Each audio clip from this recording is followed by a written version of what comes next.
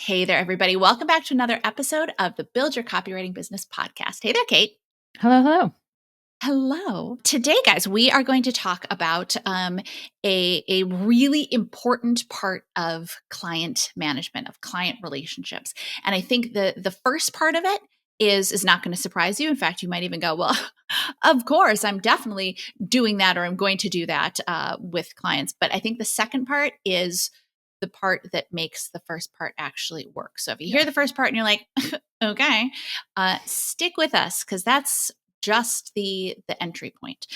So typical of me, I am cryptic about what the topic is going to be. I love a cliffhanger. What can I say? Kate, what are we talking about? We're talking about boundaries, and we've done an episode about this before, as Nicki said. So we're going to breeze right through the part about setting them, because we have a whole episode on that. And we'll talk about ones that you should definitely be setting and how to set them. Things like that. And, just like in a little well, what are boundaries? Why do I need boundaries with the client? You need boundaries with the client because otherwise to the client, you are their one copywriter. But when you're a freelance copywriter, you are one copywriter with multiple clients. So your one of your clients will send you work when they need it. And obviously they're not in charge of managing your schedule. So they may not know that you can't turn it around quickly. And they also might forget that you don't work as part of their team. Whereas if you're an employee, they could give you something and be like, yeah, I need that tomorrow. Whereas they don't have that same, they can't and shouldn't have that same expectation with you. And so you need to set boundaries with your clients in terms of deadline, in terms of when you're available, in terms of all those kinds of things, which makes sense, right? We are not beholden to our clients. We work with them, we partner with them, but we don't belong to them. So we set boundaries. So everybody listening, we're same page, right? We're good to go, set boundaries. And quite frankly, if you're doing your job well, your client's going to think like you're part of their team. That is your goal. You want to feel like you're part of their team. They want it to seamlessly fit into their projects and what they're doing, and to feel like they can trust you and rely on you, and they're going to give you work and you're going to get it done. And it's a very seamless process. So it's very easy for them to forget that you have other clients, you have other projects, because you're not talking about those other clients and other projects to that client. Why would you be? And so their whole focus is about them and their business, as it should be. They're not thinking about you and your business, which involves more than one client typically. And it's not their job to think about that either. For like you were saying, Kate, it's for all intents and purposes, it should feel like you're a member of their team and you are focused on them.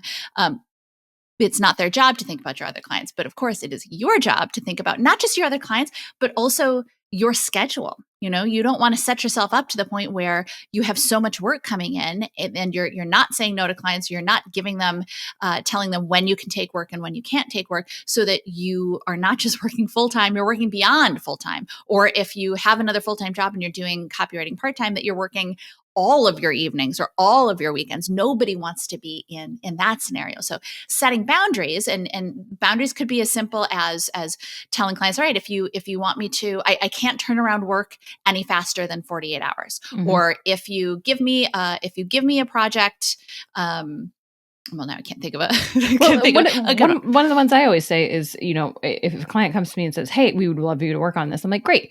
And I pick at least 2 weeks from that date. If it's a smaller project, okay, occasionally I'll sneak that in. If it's like, hey, we just need an updated version of this LinkedIn ad that you wrote a couple of weeks ago. Sure. Typically I can sneak that in a lot faster. But for bigger new projects, for example, a client I've worked with before is like, hey, we're redoing this entire page on our website. I'm going to push that at least 2 weeks to say, okay, this is when I can start working on that project. That's one of mine. Yeah, which makes a lot of sense. And don't forget too, guys, that it's not, I know sometimes copywriters get nervous that a client's going to tell them when something has to happen, but that's not how it works. You collaborate with a client to decide when the work will begin and when the work will be end. They don't dictate anything to you because, again, you work with them. And yes, technically you work for them, but you're not on staff. You are not beholden to their schedule. If you can't do something, you can't do something. So boundaries are essential to make sure that you don't overload yourself. You don't end up miserable. You don't end up having to work burning out, working over vacations, working over every weekend, or, all of that kind of stuff. Time with family. That's not why we got into this in the first place. Yes, nobody wants it. And, or, doing work out of scope, any of those kinds of things. So setting boundaries is essential. but it's not the only essential. The second half of setting boundaries is, Kate, the hard part, which is enforcing them. Yes. Making sure that these rules you set up for yourself of, I'm not going to answer work email after 5 p.m. I'm not going to answer work email on the weekends. When I'm on vacation, I'm not going to bring my laptop, or I'm not going to do anything work related while on vacation. All good things, all seemingly very quote unquote easy things to, you're like, yeah, of course. Why would I bring my laptop on vacation or do work on vacation?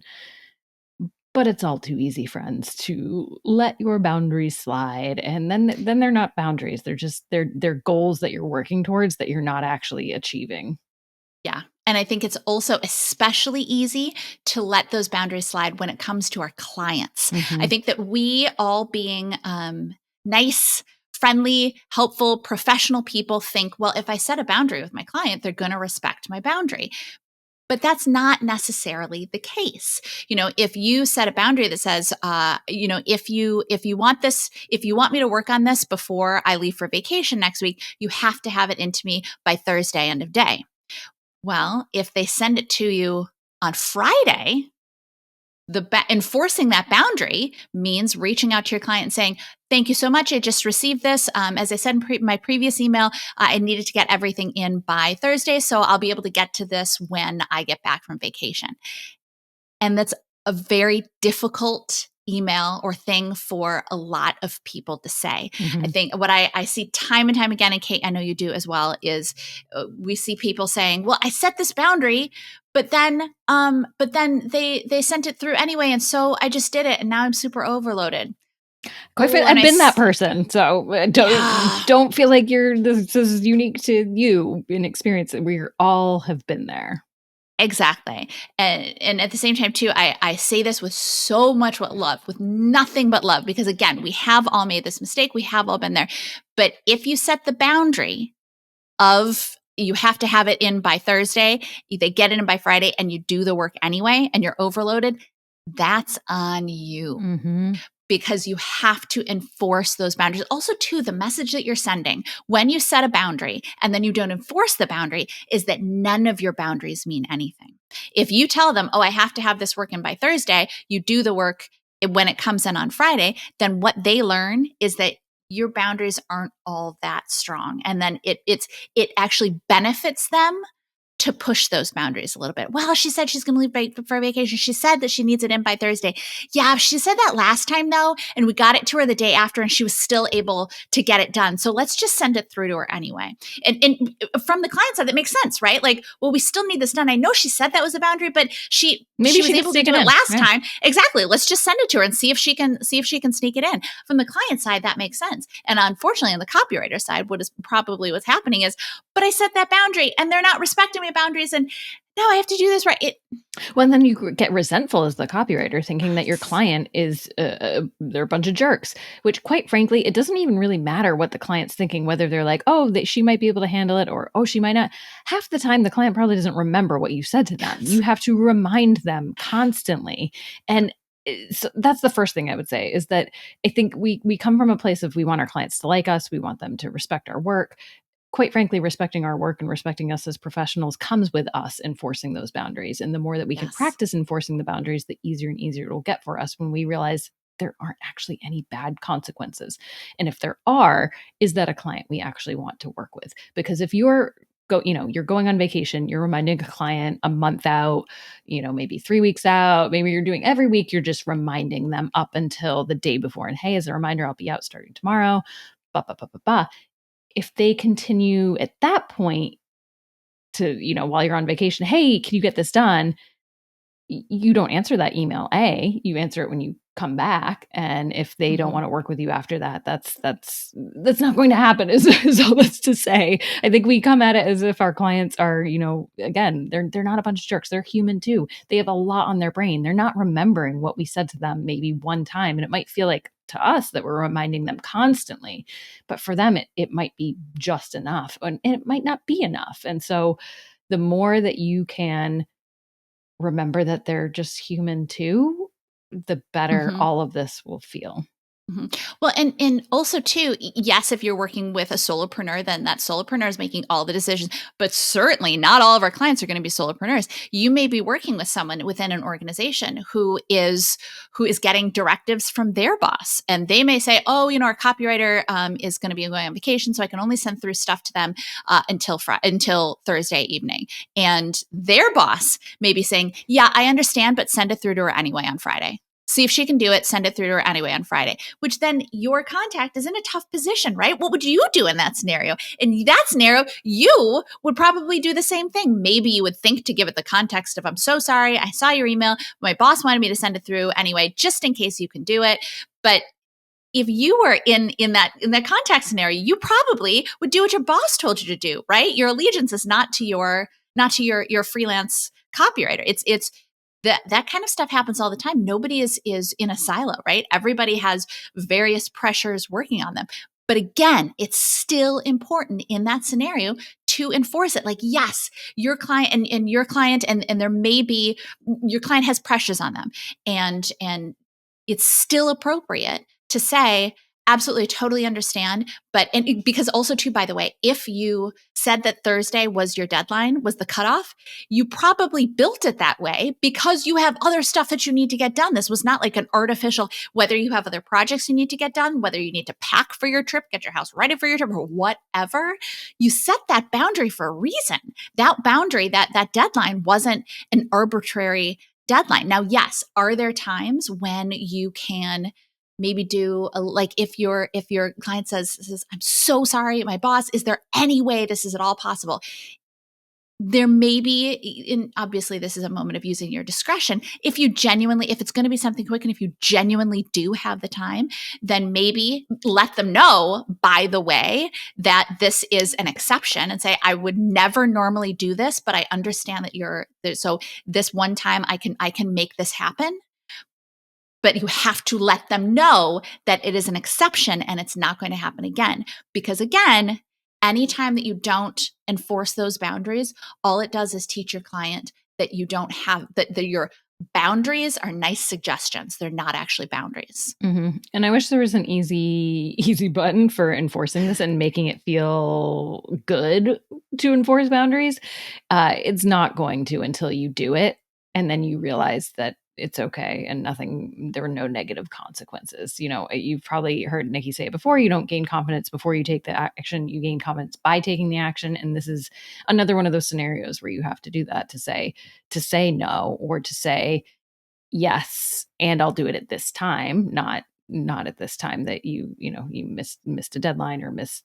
And you can enforce it, and you should be putting deadlines on your clients to get you work to hit your internal timelines. It's just as much on them to meet those expectations that you set, but you have to set them in the first place, as we said. And so, yeah, if you never said to a client that you were going on vacation and they come back right before your vacation with edits, that's then on you. So, but as long as you're communicating and you've said what you need to get the job done and when you need it by, you have every right then to say, nope, I needed it by this time, and so therefore here's when I'll be able to tackle this. Exactly. I'm really glad you mentioned that, Kate, because I think that most of us were not, and I don't mean this is anything toward our parents, like maybe just society as a whole, we're not raised to advocate for ourselves and to say, no, that's not okay, or this is the line that I draw, and only once you cross that line, then we have a problem. Most of us are not raised to do that, so it does not come naturally, especially when we're trying to work with our clients. We want our clients to like us, we want our clients to like our work, we want that. But we also have to take care of ourselves, because especially, I mean, maybe just in general, but especially as a freelancer, no one is going to take care of you if you don't take care of you. No one is going to save you. No one is going to give you a break. No one is coming to take care of you. You have to take care of you. And quite frankly, what it says when you don't enforce these boundaries with your clients, it says that you don't respect yourself very much. And I know that sounds a little like, ooh, ouch, but maybe if that makes you go, oh, whoa, if that gives you a twinge of something, maybe spend a little bit of time with that and think about it. Because if that hits you, that idea that not enforcing your boundaries might indicate a little bit of lack of respect for yourself and your skills, that might be something to really think about, because that might be extra true for you.